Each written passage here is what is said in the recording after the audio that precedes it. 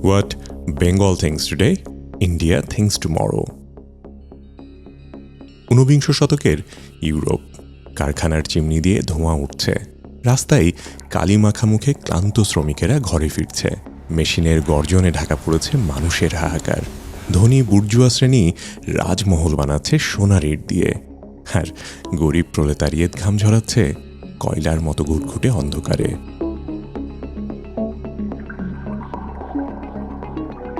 এই পুঞ্জীভূত বেদনার সময়ে কার্ল মার্কস ও অ্যাঞ্জেলেস লিখেছিলেন দ্য কমিউনিস্ট ম্যানিফেস্টো। তাদের কণ্ঠে ধ্বনিত হল সেই অমর উচ্চারণ, মানুষের ইতিহাস মূলত শ্রেণী সংগ্রামের ইতিহাস। মার্কসের চোখে শিল্প বিপ্লব ছিল এক নতুন সামন্তবাদ, যেখানে জমিদারের জায়গায় এসেছে পুঁজিপতি আর কৃষকের জায়গায় শ্রমিক। এই দমন, এই শ্রেণী বৈষম্যের বিরুদ্ধে তিনি জ্বালালেন চিন্তার আগুন, যা ছড়িয়ে পড়ল ইউরোপের প্রত্যেকটি গলিতে। সেই আগুনের প্রতিধ্বনি শোনা গেল দূর কলোনিয়াল বাংলার মাটিতেও। কৃষকরা তখন নীলকরদের চাবুকের নিচে, জমিদারের খাজনায় নিঃস্ব। এমনই এক সময়ে বাংলার রাজনীতিতে আবির্ভূত হলেন আবুল কাশেম ফজলুল হক। তার কৃষক প্রজা পার্টি হয়ে উঠল বাংলার মাটি ও মানুষের প্রতিরোধের প্রতীক। ইউরোপের কারখানায় যেই ক্রোধ জমেছিল, বাংলার মাঠে তাই প্রতিধ্বনিত হয়েছিল লাঙলের মুঠা ধরা কৃষকের মুখ থেকে। প্রাণের নেতা হয়ে উঠেছিলেন বরিশালের প্রান্তিক জনপদ থেকে উঠে আসা একজন হক সাহেব। রাজনীতি যখন কেবলই জমিদার যোদ্ধার ধনিক শ্রেণীর অধিকারে, তখন ফজলুল হক সেখানে প্রাসঙ্গিক করে তুললেন কৃষকদের। শুধু কৃষক এবং তাদের অধিকার নিয়ে রাজনীতি করলেও ইতিহাসে স্থায়ী হতে পারতেন, কিন্তু তিনি সেখানেই থেমে থাকেননি। তার রাজনৈতিক রথ এগিয়েছে দেশভাগ পূর্ব এবং পরবর্তী জটিল সময়ে। সে কারণেই তার রাজনীতির আখ্যানে মিশে গেছে বহু রং।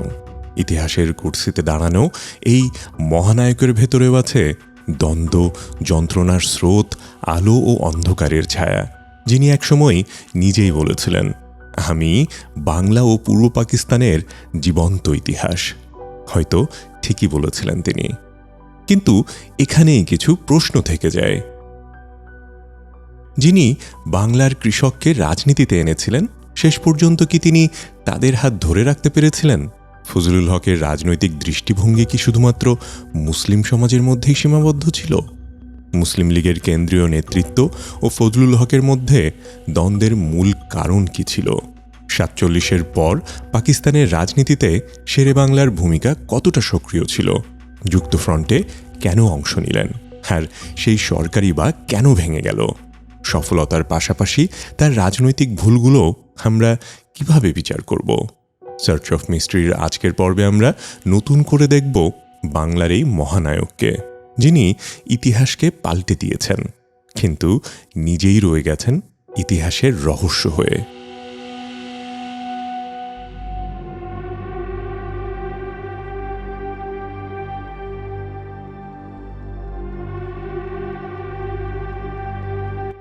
আবুল কাশেম ফজলুল হকের রাজনৈতিক জীবন শুরু হয় এক অস্থির সময়ে, যখন উপমহাদেশের জাতীয় চেতনা জাগ্রত হচ্ছিল। বাংলার মুসলমান সমাজ নিজেদের অবস্থান খুঁজছিল। আইনজীবী হিসেবে কলকাতায় প্রতিষ্ঠিত হয়ে ফজলুল হক দ্রুত রাজনীতির ময়দানে আসেন।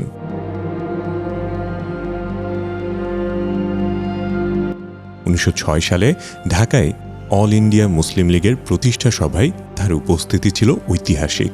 1913 সালে বেঙ্গল প্রাদেশিক মুসলিম লীগের সম্পাদক নিযুক্ত হয়ে তিনি সক্রিয় রাজনীতির কেন্দ্রে প্রবেশ করেন। ফজলুল হকের রাজনৈতিক যাত্রা শুরু হয়েছিল নবাব সলিমুল্লাহ, নওয়াব আলী চৌধুরী ও স্যার খাজা নাজিমুদ্দিনের সাথে। তারা তখন মুসলমান সমাজের অধিকার প্রতিষ্ঠার লড়াই করছিলেন, কিন্তু হকের দৃষ্টি কেবল ধর্ম বা সম্প্রদায়ের মধ্যে আটকে থাকেনি। স্যার সৈয়দ আহমদের আধুনিক শিক্ষাবোধ, দাদাভাই নওরোজি ও গোপালকৃষ্ণ গোখলের মানবতাবাদ এবং খিলাফত আন্দোলনের ঐক্য চেতনা মিলিয়ে তিনি গড়ে তুলেছিলেন বহুমাত্রিক রাজনৈতিক দৃষ্টি।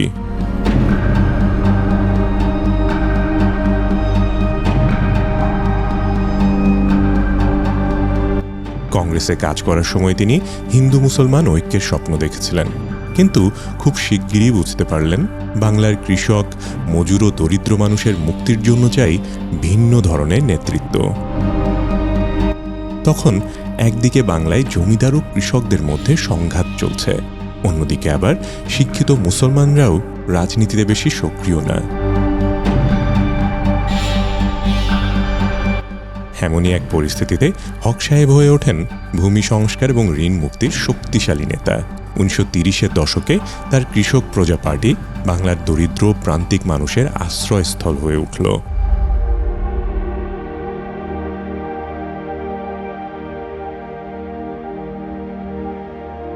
তবে ইতিহাস কখনোই সরল রেখায় চলে না। যে মানুষ জনগণের আশা জাগান, তিনি আবার কখনো কখনো দ্বিধা এবং দ্বন্দ্বের প্রতীক হয়ে ওঠেন।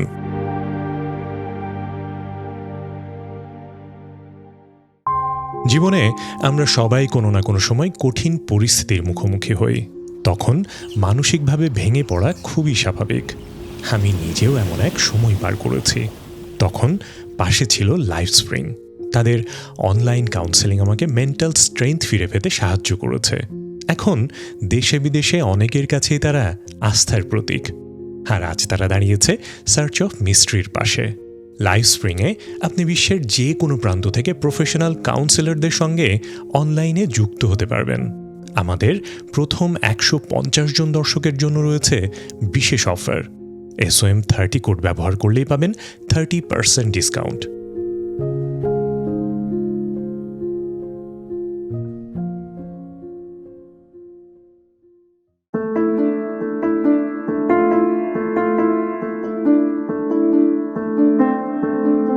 তার রাজনীতি মূলত শুরু হয়েছিল 1937 সালে।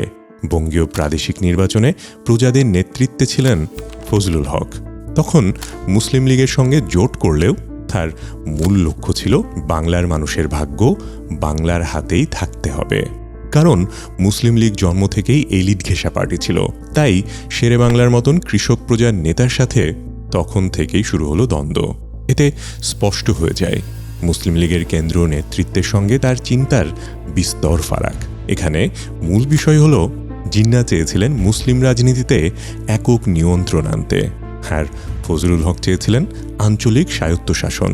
ফলে যখন জিন্নাহ তাকে মুসলিম লীগে পুরোপুরি অন্তর্ভুক্ত করতে চান এবং জমিদারদের স্বার্থ রক্ষাকারী শর্ত দেন, হক সেটা মানতে রাজি হলেন না। এ নিয়ে যথেষ্ট বিবাদ হয় জিন্নাহর সাথে। পরবর্তী সময়ে যা চরম রূপ ধারণ করে। তবে এত কিছুর পরেও ফজলুল হক যোগ দেন 1937 সালের লখনৌ সম্মেলনে, আর জিন্নাহকে সেখানে তিনি আলিঙ্গন করেন। এমনই এক রাজনৈতিক ধারাবাহিকতায় 1940 সালের 23শে মার্চ লাহোরে একটি ঐতিহাসিক প্রস্তাব পেশ করলেন, যেই প্রস্তাব পরবর্তীতে পাকিস্তান রেজলিউশন নামে ইতিহাসে স্থান পায়।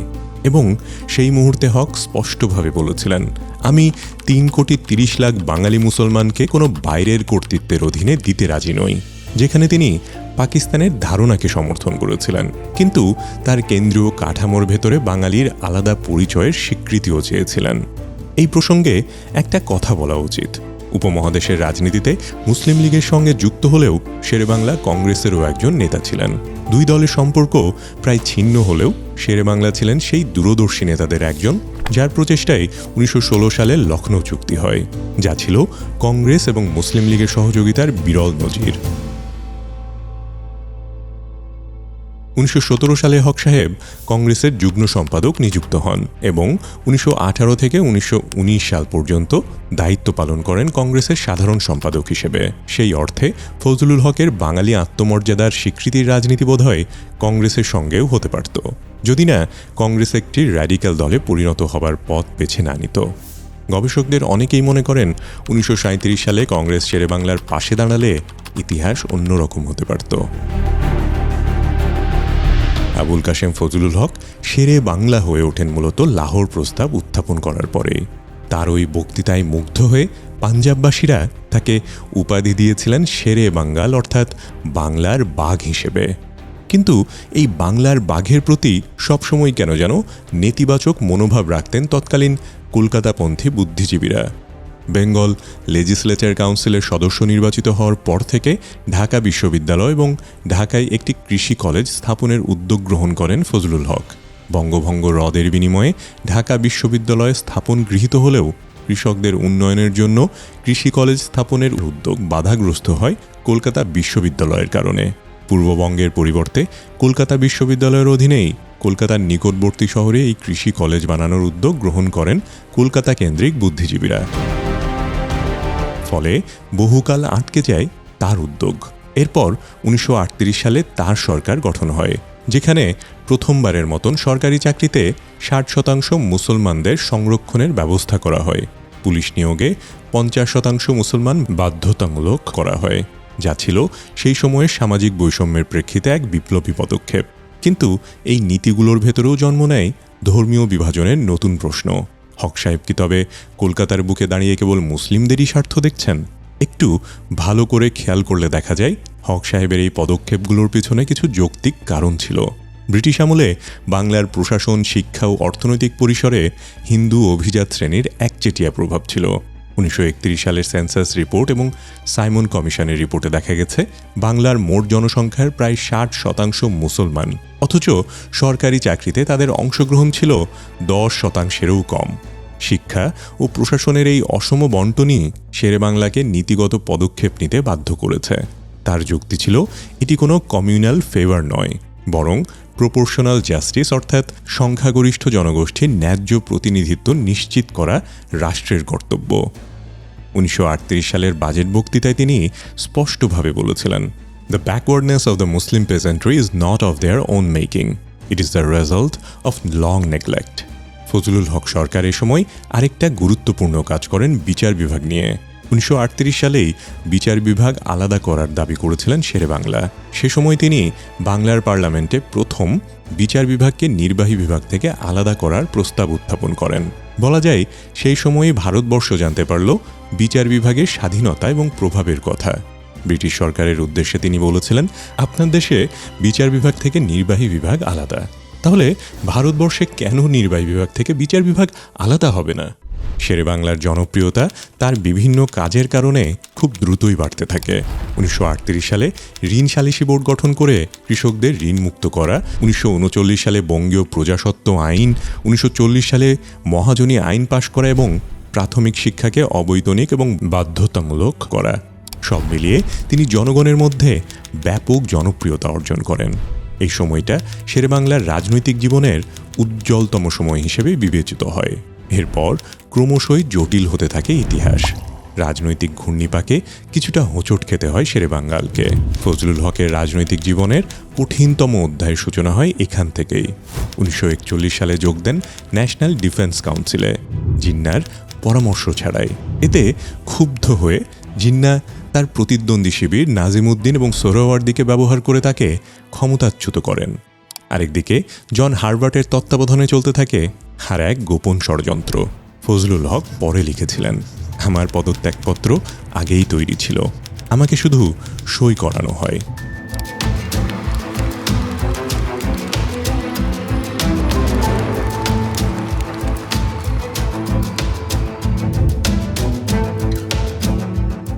এই অনভিজ্ঞতা ও অব্যবস্থাপনা শেষমেশ রূপ নেয় 1943 সালের ভয়াবহ দুর্ভিক্ষে।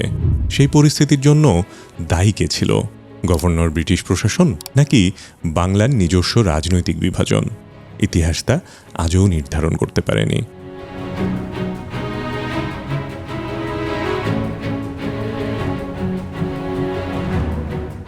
এত ষড়যন্ত্র আর রাজনৈতিক ভুলের কারণে 1946 সালের নির্বাচনে মুসলিম লীগ 114টি আসন পেল, যার মধ্যে হকের দল পেল মাত্র 3টি, যার আসন তিনি নিজেই জিতেছিলেন।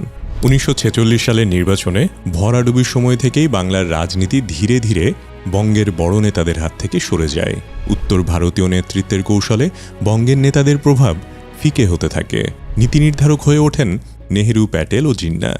এই প্রেক্ষাপটে শেরেবাংলাকে ফজলুল হক নানা সময়ে ভিন্ন ভিন্ন রাজনৈতিক শক্তির সঙ্গে রাজনীতি এগিয়েছেন।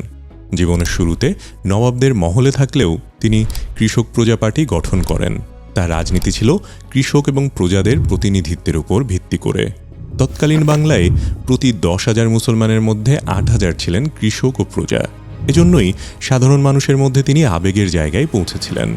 তবে বাস্তব রাজনীতির মোড় ঘুরে যায় 1937 সালের নির্বাচনের পর। মুসলিম লীগ কৃষক প্রজা পার্টি জোট সরকারের সাংগঠনিক নিয়ন্ত্রণ তখন আবুল হাশিমের হাতে চলে যায়। ফলে হকের প্রভাব কমতে থাকে।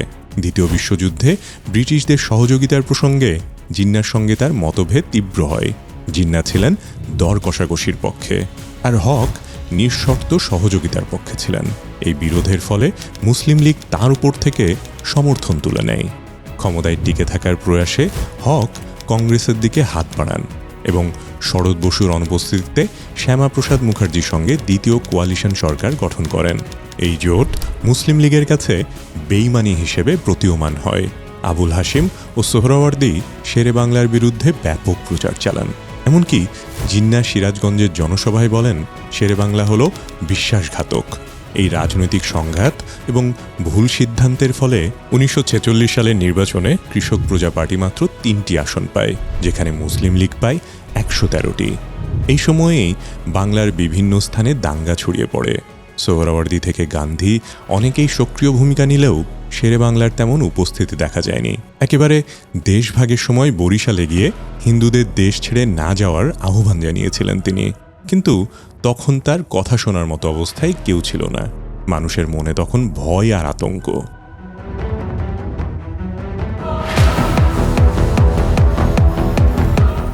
দর্শক, এতক্ষণ পর্যন্ত যা দেখলেন, ইতিহাসের এই পর্যায়ে এসে একটা কথা বলে রাখা দরকার। তৎকালীন পুরো উপমহাদেশের আসল শাসক ছিল উপনিবেশিক শক্তি। তাদের সীমাহীন রাজনৈতিক, সামাজিক এবং অর্থনৈতিক হস্তক্ষেপ ক্রমেই নষ্ট করে দিয়েছিল বাংলা এবং সমগ্র ভারতীয় উপমহাদেশের রাজনীতিকে। বিদেশি প্রভাবের পাশাপাশি আরেকটা বেদনার জায়গা ছিল, আর তা হলো বাংলার নেতাদের পারস্পরিক দ্বন্দ্ব।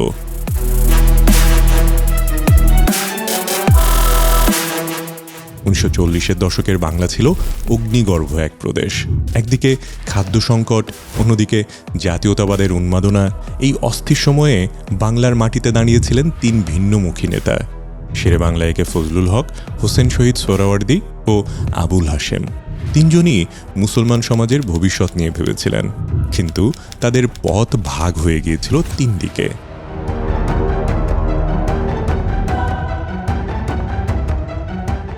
শেরে বাংলা ছিলেন জনতার নেতা। তিনি ছিলেন কৃষক, প্রজা এবং নিম্নবর্গের কণ্ঠস্বর। তিনি বিশ্বাস করতেন বাংলায় মুক্তি আসবে এই মাটি থেকে উঠে আসা মানুষের হাত ধরে।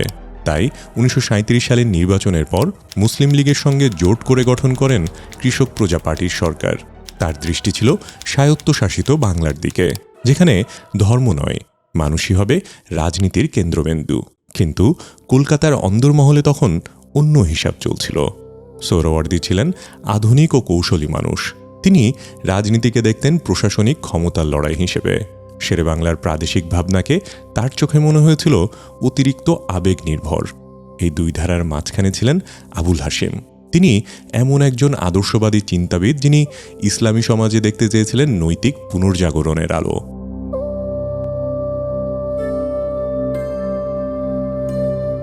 তার বিশ্বাস ছিল মুসলমান সমাজ রাজনৈতিকভাবে নয়, আত্মিকভাবে দাসত্বে আবদ্ধ।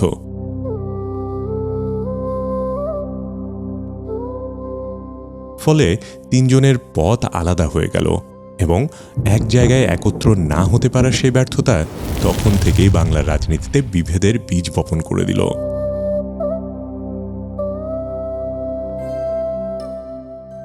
এরপর এলো স্বাধীনতার মুহূর্ত। 48 সালে দেশ ভাগের পরে, অর্থাৎ ভারতবর্ষের থেকে ব্রিটিশরা চলে যাওয়ার পরে, যখন ভারত একটি স্বাধীন রাষ্ট্র হিসেবে অভ্যুদয় হলো, তার প্রধানমন্ত্রী হন কিন্তু পণ্ডিত জওহরলাল নেহরু, মতিলাল নেহরুর ছেলে। এবং এই মতিলাল নেহরু এবং পণ্ডিত নেহরু দুজনই শেরে বাংলার আন্ডারে, অর্থাৎ তার অধীনস্থ হয়ে কাজ করেছে। এবং পণ্ডিত জওহরলাল নেহরু ইন্ডিয়ার প্রথম প্রধানমন্ত্রী, সরাসরি তার ব্যক্তিগত রাজনৈতিক সহকারী, যেটাকে আমরা বলে থাকি প্রাইভেট সেক্রেটারি, সেই পর্যায়ে উনি কাজ করেছেন। ব্রিটিশরা চলে গেল, জন্ম নিল 2টি রাষ্ট্র, ভারত ও পাকিস্তান। পাকিস্তান তখন আবার 2টি ভাগে বিভক্ত, পশ্চিম পাকিস্তান ও পূর্ব পাকিস্তান। মাঝখানে রয়ে গেল বিস্তীর্ণ ভারত। 1947 থেকে 1952 পর্যন্ত শেরে বাংলা রাজনৈতিকভাবে প্রায় নিষ্ক্রিয়ই ছিলেন। দেশভাগ, যুক্তবঙ্গ প্রস্তাব খারিজ, জিন্না ও গান্ধীর মৃত্যু, সব গুরুত্বপূর্ণ ঘটনাতেই তার উপস্থিতি ছিল ক্ষীণ। এমনকি ভাষা আন্দোলনের সময়ও তিনি নির্ধারক ভূমিকায় ছিলেন না। অনেকেই ভেবেছিলেন বাংলার ইতিহাসের প্রথম জাতীয় নেতা হয়তো হারিয়ে যাচ্ছেন। প্রিয় দর্শক, গল্প কিন্তু এখানেই শেষ না।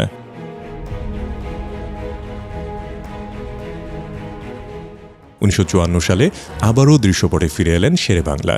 সোহরাওয়ার্দী ও মাওলানা ভাসানীকে সঙ্গে নিয়ে গঠন করলেন যুক্তফ্রন্ট। যদিও তাদের মধ্যে মতবিরোধ ছিল, তবুও সেই নির্বাচনে যুক্তফ্রন্টের ঐতিহাসিক বিজয়ে বাংলার মাটি থেকে প্রায় মুছে যায় মুসলিম লীগের নাম। তবে পাকিস্তানের জটিল রাজনৈতিক সমীকরণে এই সরকার টিকেছিল মাত্র 56 দিন। অনেকে বলেন অভ্যন্তরীণ অনৈক্য ছিল পতনের মূল কারণ, কিন্তু সাম্প্রতিক গবেষণায় দেখা গেছে বামপন্থী প্রভাব ও মাওলানা ভাসানীর উপস্থিতিতে পশ্চিমা শক্তি, বিশেষ করে মার্কিন যুক্তরাষ্ট্র আশঙ্কা করেছিল পূর্ব বাংলায় হয়তো কমিউনিজম শক্তিশালী হয়ে উঠবে। সেই ভয়ও যুক্তফ্রন্ট সরকার পতনের বড় ভূমিকা রাখে। এর প্রমাণ হিসেবে দেখা যায় পাকিস্তানের জেনারেলদের সাথে যুক্তফ্রন্ট সরকার ভাঙার জন্য সিআইএ নানা ধরনের গোপন মিটিং করেছে। সিআইএর পরিকল্পনা অনুযায়ী নির্লজ্জভাবে ভেঙে দেওয়া হলো যুক্তফ্রন্ট সরকার। লাগানো হলো আদমজিতে বাঙালি এবং অবাঙালি দাঙ্গা।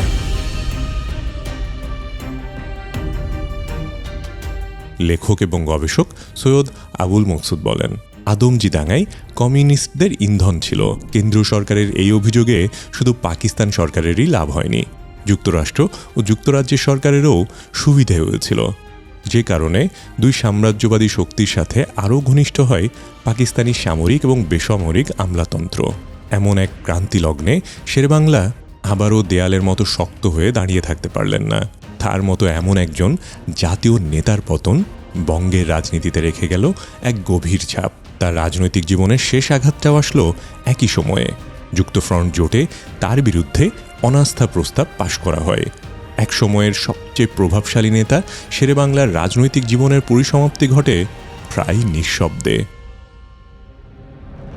কলকাতা সফরে নিউ ইয়র্ক টাইমসের এক সাক্ষাৎকারে শেরেবাংলা পূর্ব পাকিস্তানের স্বাধীনতা কামনা করেছেন। এমন অভিযোগ ছড়িয়ে পড়লে রাজনীতি আবারও উত্তপ্ত হয়ে ওঠে।